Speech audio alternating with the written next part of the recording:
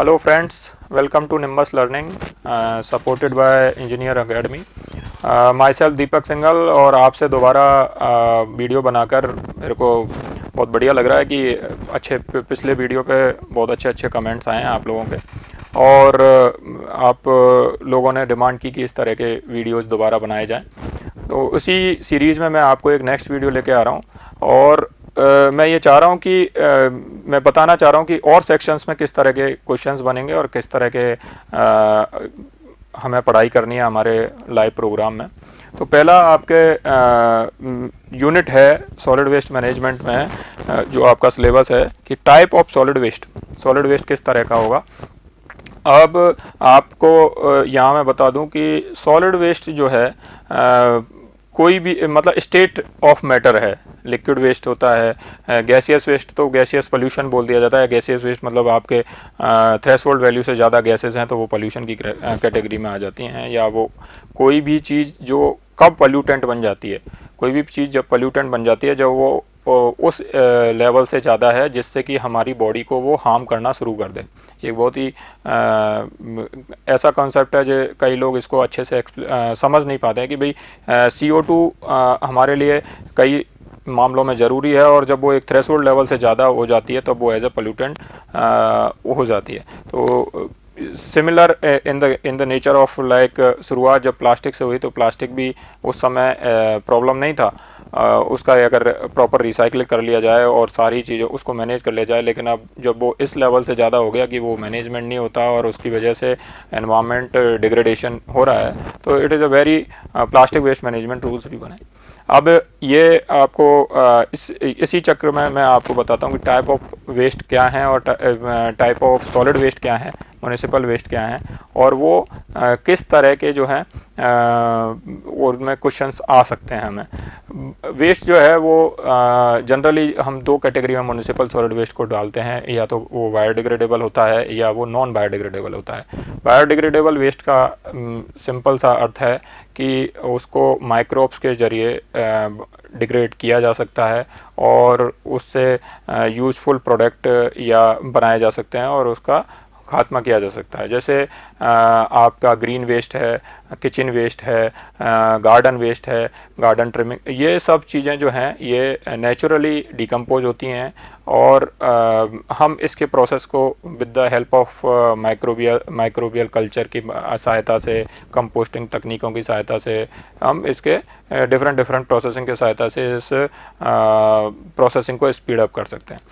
तो ये हो गया आपके बायोडिग्रेडेबल वेस्ट। एक होता है आपका नॉन बायोडिग्रेडेबल वेस्ट, जिसको कि माइक्रोब्स की सहायता से हम डिग्रेड या नेचुरली जिसको डिग्रेड नहीं किया जा सकता है, या डिग्रेडेशन जो है बहुत स्लो होता है, जो बाद में एनवायरनमेंट के लिए हार्म बन जाता है। जैसे कि आपका प्लास्टिक वेस्ट है जिसका डिग्रेड होना, थैलियाँ हैं वो बहुत, जो पॉली बैग्स हैं, पॉलीथीन है, वो बहुत समय लेती है डीजनरेट होने में।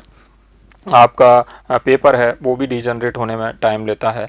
तो ये नॉन बायोडिग्रेडेबल वेस्ट हैं। इसके अलावा उसमें ऐसे भी कुछ कंपोनेंट हैं जो सपोज़ ग्लास है जो कभी डीजनरेट होता ही नहीं है। तो हमारे क्वेश्चंस इसी से अराइज हो सकते हैं कि डीजनरेशन टाइम क्या है, इन वेस्ट का डीजनरेशन टाइम क्या है। मैं एक टेबल के थ्रू आपको एक्सप्लेन करता हूँ, और इस तरह के क्वेश्चंस आ सकते हैं आपके सिलेबस में, क्योंकि here we are to prepare for our exams कि किस तरह के क्वेश्चंस आएंगे और कैसे हमें तैयारी करनी है। देखिए ये आपके मैंने बायोडिग्रेडेबल्स को रखा, ये ऑर्गेनिक मैटर जो है वो विद इन अ वीक और 2, और इसमें कह सकते हैं एक विद इन अ वीक और 2, और या फिर आपके 21 से 3 से 4 वीक ले सकते हैं। इसमें ये पूरा बायोडिग्रेडेबल जो है फूड स्टफ है ये सब डिग्रेड हो जाता है। आपके ये क्वेश्चन आ सकता है how much time require to degrade organic waste. तो ये आपके सिंपल आंसर आ सकता है कि भाई उसमें मंथ्स आए या दिन आए। और आपके कॉटन क्लॉथ है उसको 2 से 5 महीने लगते हैं, पेपर है उसको 10 से 30 दिन लगते हैं। लेकिन इसमें भी डिपेंड करता है कि पेपर में बायोडिग्रेडेबल पेपर लिखा हुआ है, बायोडिग्रेडेबल लिखा हुआ है, तब आप उसको 10 से 30 दिन देंगे। अच्छा, इसमें वूलन आइटम्स हैं वो 1 साल लग सकता है, वुड है वो 10 से 15 साल लगेगा। अच्छा, चूँकि वुड भले ही ऑर्गेनिक है, ये सारे ऑर्गेनिक मैटर ही हैं, लेकिन इसके डीजनरेशन टाइम में डिफरेंस है। ऑर्गेनिक जो वेस्ट है, लीव्स है, लीफ ओवर है, फूड्स है, वो आपके टाइम कम लेता है और वुड उतना ही, वुड 10 से 15 साल लेता है। अब यहाँ देखिए नॉन बायोडिग्रेडेबल आइटम कितना टाइम लेते हैं। नॉन बायोडिग्रेडेबल आइटम में suppose tin, aluminium, other metal atom है, वो 100 से 500 साल, मतलब आप ये आपकी अजम्पशन लेवल से बहुत आगे तक चली गई हैं चीज़ें। 500 साल, यू डोंट नो कि आपके ये टिन जो है ये 500 साल बाद डिग्रेड होगा, है ना।